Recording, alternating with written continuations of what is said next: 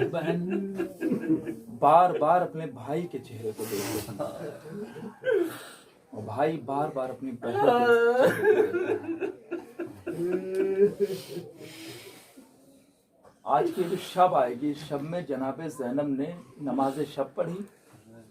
روایت کہتی ہے کہ شہزادی نے نماز شب پڑھی۔ نماز شب پڑھنے کے بعد امام حسین علیہ السلام کے چہرے کی زیارت کی۔ شہزادی کا دستور تھا کہ نماز شب کبھی قضا نہیں ہوتی تھی،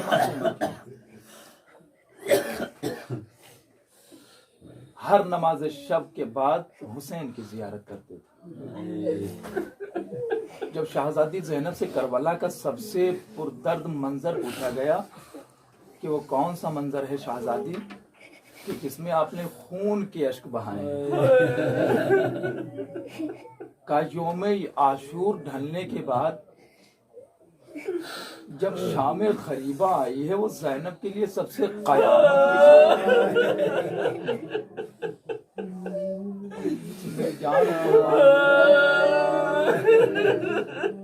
شہزادی کہتی ہیں کہ وہ قیامت کی شان تھی، میری سمجھ نہیں آتا میں کیا کروں، میں کیسے بیان کروں، میرے اندر یہ سکت نہیں ہے کہ میں بیان کر سکوں جو کہا ہے، جو واقعہ انہیں پیش آیا ہے۔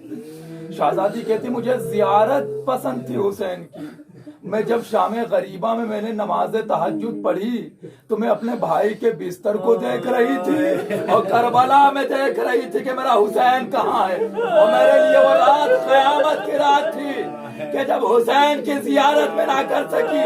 اور شہزادی کہتی ہے میں نے آسمان کی طرف رخ کیا اور ایک جملہ کہا، اے اماں، اور میرا حسین کہاں ہے، اور میں کیسے اپنے آپ کو صبر عطا کروں، اور میں تو حسین کے چہرے کی زیارت کرتی تھی۔ اور اتنا کہنا تھا کہ فاطمہ کہنے لگی اے زینب، حسین تیرا اور میرے پاس آ گیا ہے، اے بیٹی زینب اب تو صبر کر، تیرا حسین شہید کر دیا گیا ہے، اب تو بس اس کے خیال کے ذریعے سے اپنے آپ کو تسلیم عطا کر۔ اللہ لعنت اللہ قوم الظالمین۔